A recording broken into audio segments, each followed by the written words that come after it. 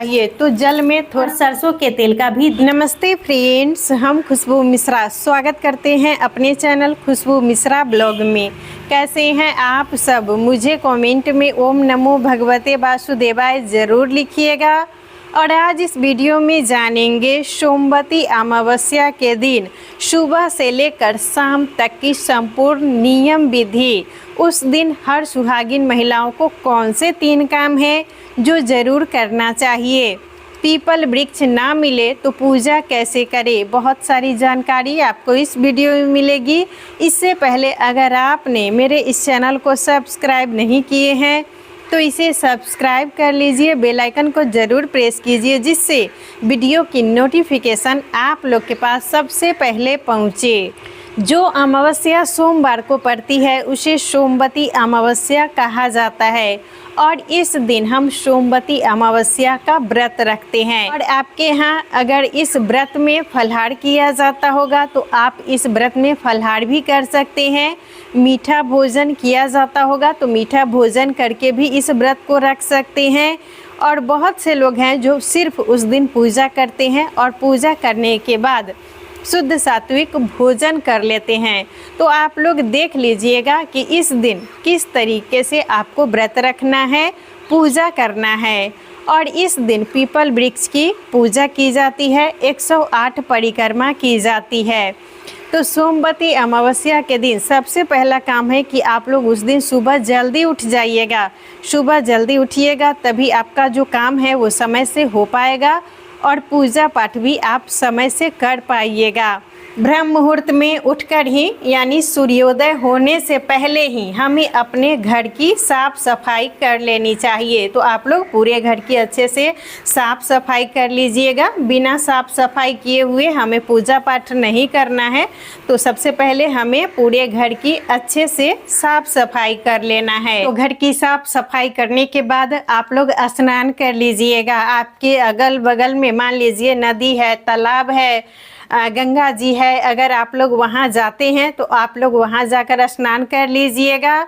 नहीं तो आप अपने घर में नहाने के जल में 2-4 बूंद गंगा जल डालकर स्नान कर लीजिएगा। और उसके बाद लाल या पीला वस्त्र पहन लीजिएगा। इस दिन हमें अच्छे से 16 श्रृंगार कर लेना है। 16 श्रृंगार में गले में मंगलसूत्र पहन लीजिएगा, पैर में महावर लगा लीजिएगा, हाथ में आपके पास नई चूड़ी है तो नई चूड़ी पहन लीजिएगा, लहठी पहनते हैं तो लहठी पहन लीजिएगा। और इस दिन हमें अपना सिंदूरा से मांग ज़रूर भरना चाहिए। आपके पास शादी का जो सिंदूरा है तो उससे मांग भर लीजिएगा। और मान लीजिए जिनके पास अगर शादी का सिंदूरा नहीं है तो जिस सिंदूरदानी से वो प्रतिदिन सिंदूर लगाते हैं उससे भी अपनी मांग भर सकते हैं। तो इस तरीके से आप लोग अच्छे से मांग भर लीजिएगा और उसके बाद ही हम पूजा करेंगे। और सबसे पहले सूर्य भगवान को जल देना है। जल में थोड़ा सा अक्षत, रोली और फूल डाल लीजिएगा। थोड़ा सा तिल डालकर हमें जल चढ़ाना है। ओम सूर्याय नमः, ओम सूर्याय नमः, ओम आदित्याय नमः, जो भी मंत्र आता है मंत्र उच्चारण करते हुए हमें सूर्य भगवान को जल चढ़ाना है। सूर्य भगवान को जल चढ़ाने के बाद हमें तुलसी माता में पूजा कर लेना है। उसके बाद आपके पूजा मंदिर में जितने भी देवी देवता हैं, भगवान हैं, उनका पूजन कर लेना है। अगर आप समय से उठिएगा तो सबसे पहले घर में ही पूजा कर लीजिएगा। उसके बाद आप पीपल वृक्ष की पूजा कीजिएगा। अगर मान लीजिए आपको लेट हो गया है तो आप अपने पूजा रूम की साफ सफाई कर लीजिएगा, जो पूजा का बर्तन है वो धो लीजिएगा।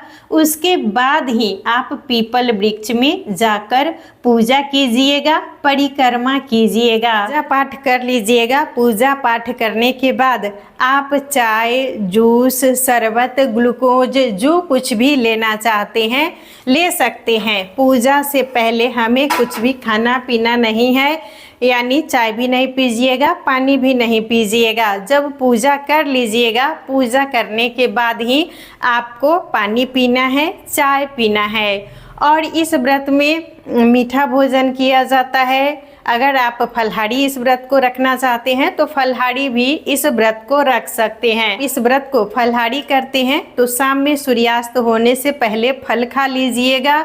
अगर मीठा भोजन करते हैं तो मीठा भोजन में खीर, पूरी, हलवा, रोटी, जो कुछ भी आप खाना चाहते हैं खा सकते हैं। सिर्फ हमें नमक का सेवन नहीं करना है। और वैसे भी अमावस्या के दिन हमें अपने घर में कुछ न कुछ ज़रूर बनाना चाहिए। जो कुछ भी बनाइएगा थोड़ा सा गाय को, कुत्ते को और कौवे को ज़रूर दीजिएगा। गाय के माध्यम से, कौवे के माध्यम से, कुत्ते के माध्यम से वो हमारे पितरों तक पहुंचता है। तो इस दिन कुछ न कुछ अच्छा ज़रूर बनाएं और जो कुछ भी बनाइएगा गाय, कुत्ता और कौवे को ज़रूर दीजिएगा। और शाम में सूर्यास्त होने से पहले ही अगर फलाहार करते हैं तो फलाहार कर लीजिएगा। अगर मीठा भोजन करते हैं तो शाम में सूर्यास्त होने से पहले ही मीठा भोजन कर लीजिएगा। और कुछ लोग हैं जो पूजा करने के बाद वो भोजन कर लेते हैं, तो उनका तो कोई नियम नहीं है, पूजा करने के बाद वो भोजन कर लेंगे। इस दिन पूरे घर में हमें गंगाजल का छिड़काव जरूर करना चाहिए। तो जल में थोड़ा सा आप लोग गंगाजल मिला लीजिएगा, लोटे में थोड़ा सा हल्दी डालकर पूरे घर में इसका छिड़काव कर देना है। बाथरूम को छोड़कर पूरे घर में इसका छिड़काव कर दीजिएगा। इससे हमारे घर से जितनी भी नेगेटिविटी है वो समाप्त हो जाती है। घर का जो वातावरण है वो शुद्ध हो जाता है। अमावस्या के दिन हमें मुख्य दरवाजे पर भी जल का छिड़काव ज़रूर करना चाहिए। तो आप लोग सुबह में ही जल का छिड़काव कीजिएगा। जल का छिड़काव करने से हमारे पितरों को तृप्ति मिलती है। तो आप लोग सुबह में ही जब स्नान कीजिएगा या आप स्नान करने से पहले भी मुख्य दरवाजे पर जल का छिड़काव कर सकते हैं। शाम के समय में भी आप लोग दीप दान जरूर कीजिएगा। तो जैसे आप प्रतिदिन एक दीपक तुलसी माता के पास, एक दीपक मुख्य दरवाजे पर और एक दीपक अपने पूजा मंदिर में जला दीजिएगा। तो जैसे आप प्रतिदिन दीपदान करते हैं वैसे भी आप कर सकते हैं। और जो लोग इस अधिक मास में, क्योंकि इस बार जो ये सोमवती अमावस्या पड़ी है वो मल मास में, पुरुषोत्तम मास में, अधिक मास में पड़ी है, तो इस सोमवती अमावस्या का बहुत विशेष महत्व है। तो आप अगर पूरे महीने दीप दान नहीं किए हैं, अगर आप अमावस्या के दिन दीप दान करना चाहते हैं तो आप लोग 33 दीपक जला दीजिएगा। अगर आप लोग 33 दीपक का दान करना चाहते हैं तो आप लोग सोमवती अमावस्या के दिन शाम में सूर्यास्त होने से पहले या सुबह में अगर ब्रह्म मुहूर्त में भी आप दीप दान करना चाहते हैं तो 33 दीपक जला लीजिएगा। अगर 33 दीपक दीपदान करना चाहते हैं तब, अगर सिर्फ तुलसी माता के पास, पूजा मंदिर में और मुख्य दरवाजे पर जलाना चाहते हैं तो शाम में आप लोग मुख्य दरवाजा पर तुलसी माता के पास और पूजा मंदिर में दीपक जला सकते हैं। अमावस्या के दिन कभी भी हमें रुई की बाती का प्रयोग नहीं करना चाहिए। तो आप लोग पीपल वृक्ष की पूजा जब करने जाएं तो जो ये कलावा का बाती है आप उसका ही प्रयोग कीजिएगा।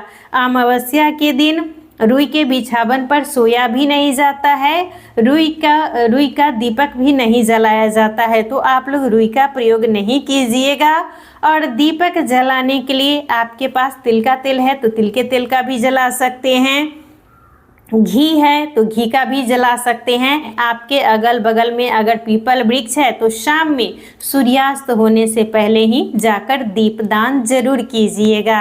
शाम में आप लोग सूर्यास्त होने के बाद एक दीपक अपने पूजा मंदिर में जला दीजिएगा। आपके अगल बगल में शिवालय है तो आप लोग इस दिन शिवालय जरूर जाइएगा। इस दिन भोलेनाथ और माता पार्वती का भी पूजन हमें जरूर करना चाहिए। एक दीपक आप अपने मुख्य दरवाजे पर जला दीजिएगा। तो यहाँ पर हमें एक दीपक मुख्य दरवाजे पर जला देना है, एक दीपक हम तुलसी माता के पास जलाएंगे। आपके दरवाजे पर जितने भी देव वृक्ष है, आंवला का वृक्ष है तो आप लोग आंवले के वृक्ष के पास दीपक जला दीजिएगा।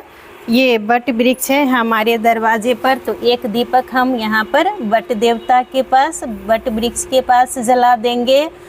और आपके दरवाजे पर अगर शमी वृक्ष है तो एक दीपक हम शमी वृक्ष के पास जलाएंगे। इसी तरीके से हमें शाम के समय में दीपदान करना है। और जो लोग ये व्रत रखते हैं सोमवती अमावस्या का, तो वो नमक अगले दिन खाएंगे, यानी पारण अगले दिन करेंगे। और अमावस्या के दिन आप अपने घर से जो भी कबाड़ निकालना चाहते हैं निकाल सकते हैं। मान लीजिए आपके घर में झाड़ू पुरानी हो गई है, जो भी डब्बा है जिसको आप हटाना चाहते हैं, तो आप लोग अमावस्या के दिन ज़रूर हटा दीजिएगा। और इस दिन आप लोग दहलीज पूजन भी कर सकते हैं, बहुत शुभ होता है। दिन पीपल वृक्ष की ही पूजा करने का नियम है, 108 परिक्रमा किया जाता है। तो मान लीजिए आपके अगल बगल में पीपल वृक्ष नहीं है, तो आपके दरवाजे पर तुलसी का पौधा है तो उसमें भी पूजा कर सकते हैं। शमी का वृक्ष है तो उसमें भी आप पूजा कर सकते हैं। तो इसी तरीके से हमें सोमवती अमावस्या के दिन सुबह से लेकर शाम तक इन्हीं सब नियमों का पालन ज़रूर करना चाहिए। और हर सुहागिन महिलाएं उस दिन अच्छे से तैयार होंगी, 16 श्रृंगार जरूर कर लीजिएगा। और श्रृंगार की सामग्री भी जब पूजा करने जाइएगा तो ज़रूर चढ़ा लीजिएगा। पति के लिए भी कुछ न कुछ चढ़ा लीजिएगा और अपने लिए भी हमें कुछ न कुछ ज़रूर चढ़ाना चाहिए। तो इसी तरीके से हमें व्रत के दिन इन्हीं सब नियमों का पालन ज़रूर करना चाहिए। तो आज का वीडियो यहीं तक था, फिर मिलूँगी एक नए वीडियो में। वीडियो अच्छा लगे तो आप लोग इसे लाइक ज़रूर कीजिएगा, मेरे इस चैनल को सब्सक्राइब कीजिएगा। फिर मिलूँगी एक नए वीडियो में, तब तक के लिए नमस्कार। ओम नमो भगवती वासुदेवाय।